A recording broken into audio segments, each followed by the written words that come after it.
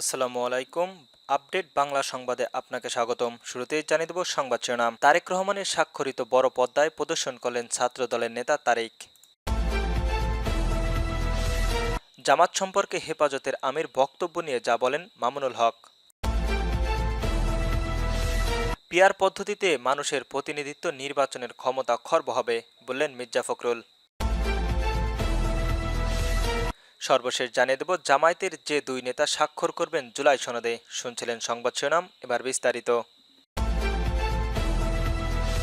তারেক রহমানের সাক্ষাৎকার বড় পর্দায় প্রদর্শন করলেন ছাত্রদলের নেতা তারেক। রাজধানীর ঢাকা বিশ্ববিদ্যালয় এলাকার পলাশী মোড়ে বিএনপির ভারপ্রাপ্ত চেয়ারম্যান তারেক রহমানের বিবিসি বাংলাতে দেওয়া দুই পর্বের সাক্ষাৎকার প্রদর্শনের গণতন্ত্র পুনরুদ্ধারের নতুন দিগন্ত উন্মোচন প্রজেক্টের মাধ্যমে প্রদর্শনীদের ব্যবস্থা করেন জাতীয়বাদী ছাত্রদলের কেন্দ্রীয় যুগ্ম সাধারণ সম্পাদক ও ঢাকা বিশ্ববিদ্যালয়ের সলিমুল্লাহ মুসলিম হল ছাত্রদলের সাবেক নির্বাচিত সাধারণ সম্পাদক মোহাম্মদ তারিকুল ইসলাম তারেক। সোমবার 13ই অক্টোবর রাত 10:30টার দিকে ছাত্রদলের এই নেতার উদ্যোগে জাতীয় সঙ্গীতের পরিবেশনার মধ্য দিয়ে উক্ত প্রদর্শনীর ব্যবস্থা গ্রহণ করা হয়। জানা যায় মূলত সাধারণ জনগণের দোরগোড়ায় তারেক রহমানের বার্তা পৌঁছে দিতে নিজ উদ্যোগে এই কর্মসূচি পালন করেন। এমন সময় শিশু, ছাত্র, চাকরিজীবী, ব্যবসায়ী, রিকশাচালক, পথচারী সহ নানান শ্রেণীর মানুষ উপস্থিত থেকে প্রদর্শনটি উপভোগ করেন। তারেক রহমানের বক্তব্য চলাকালীন তাদের কাউকে তার পক্ষে স্লোগান দিতে দেখা যায়। প্রদর্শনকারী কর্মসূচির বিষয়ে জানতে চাইলে তারেক কাজী বলেন, আমাদের সাংগঠনিক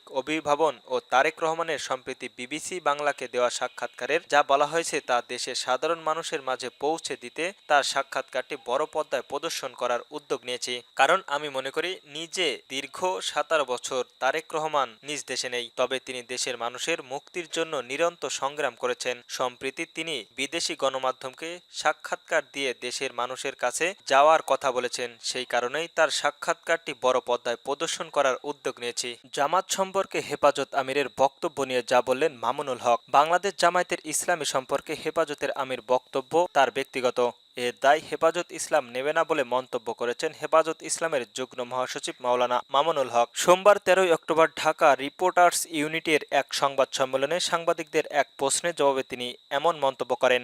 সংবাদ সম্মেলনে হেফাজত আমির আল্লামা মহিবুল্লাহ বাবুনী নগরী মহাসচিব সাজিদুর রহমান উপস্থিত ছিলেন। এ সময় মামুনুল হক বলেন, হেফাজত ইসলামের একটি অরাজনৈতিক সংগঠন, তাই নির্বাচনের প্রতিদ্বন্দ্বিতা করা আমাদের নীতিমালায় নেই। আমাদের আমির সবসময় ধর্মীয় বিষয়ে বক্তব্য দেন। আমি যদি কোনো বক্তব্য দিয়ে থাকেন সেটা তার ব্যক্তিগত বক্তব্য।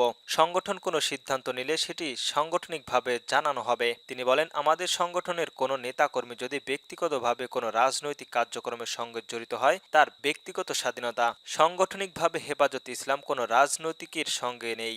সংবাদ সম্মেলনে মহাসচিব সাইদুর রহমান বলেন, শিক্ষা প্রতিষ্ঠানে নাচ গানের শিক্ষক নিয়োগ দেওয়া হয়েছে সরকার। আমাদের সুফি জনতা শিক্ষা প্রতিষ্ঠানের গান বাজনা চায় না, তারা একটি ইসলামিক আদর্শের রাষ্ট্র চায়। অভিভাবকরা তাদের ছেলেমেয়েদের গান বাজনা শেখাতে স্কুলে পাঠায় না। পিআর পদ্ধতিতে মানুষের প্রতিনিধি নির্বাচনের ক্ষমতা খর্ব হবে বললেন মির্জা ফখরুল। পিআর পদ্ধতিতে ভোট হলে জনগণের প্রতিনিধি নির্বাচনের ক্ষমতায় খর্ব হবে বলে মন্তব্য করেছেন বিএনপির মহাসচিব মির্জা ফখরুল ইসলাম আলমগীর। সোমবার 13ই অক্টোবর রাজধানীর গুলশানের বিএনপির চেয়ারপারসনের কার্যালয়ের বাংলাদেশের খ্রিস্টান ফোরামের নেতাদের সঙ্গে মতবিনিময় সভায় তিনি এসব কথা বলেন।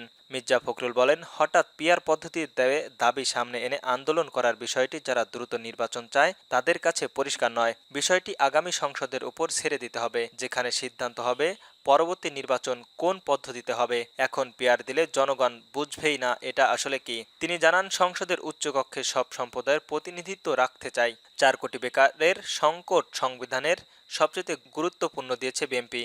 দল ক্ষমতায় হলে 1.5 বছরে এই সমস্যার সমাধান হবে। বিএনপির মহাসচিব বলেন, আগামী নির্বাচনের জনগণ আরেকবার রায় দিতে সত্যিকারের অর্থে বাংলাদেশের অসাম্প্রদায়িক, অবাধ ও সুষ্ঠু নির্বাচনের ব্যবস্থার চেষ্টা চলছে, যদিও সেটা বিঘ্ন করার বিভিন্ন অপচেষ্টা দেখানো হচ্ছে।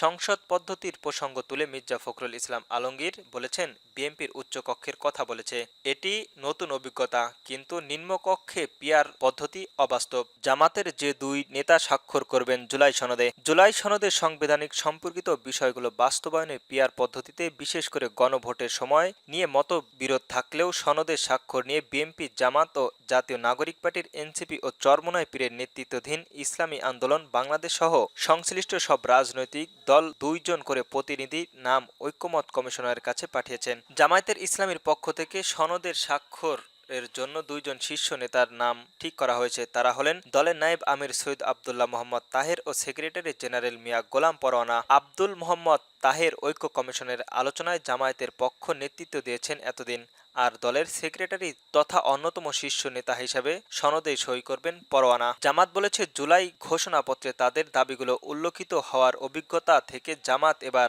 অনেক বেশি সতর্ক। দলটির সেক্রেটারি জেনারেল মিয়া গোলাম পরোয়ানা সম্প্রতি গণমাধ্যমকে বলেন, জুলাই সনদের কিভাবে ঐক্যমত ভিন্ন মতগুলো স্থান পাচ্ছে, গণভোটের রূপ ও সময় কিভাবে নির্ধারিত হচ্ছে, এসব বিষয়ে জানার পরেই তারা চূড়ান্ত সিদ্ধান্ত নেবে। জামায়াত সংসদের উভয়ের কক্ষে সংখ্যানুপাতিক পদ্ধতি অন্তর্ভুক্তির দাবি জানিয়েছে। এ বিষয়ে তারা সনদ কিভাবে প্রতিফলিত ঘটেছে তা দেখতে চায়। শীঘ্রই দলের শীর্ষ নেতারা জাতীয় ঐক্যমত কমিশনের সভাপতিত্ব ও প্রধান উপদেষ্টার অধ্যাপক ডাক্তার মোহাম্মদ ইউনূসের সঙ্গে সাক্ষাৎ করতে পারবেন।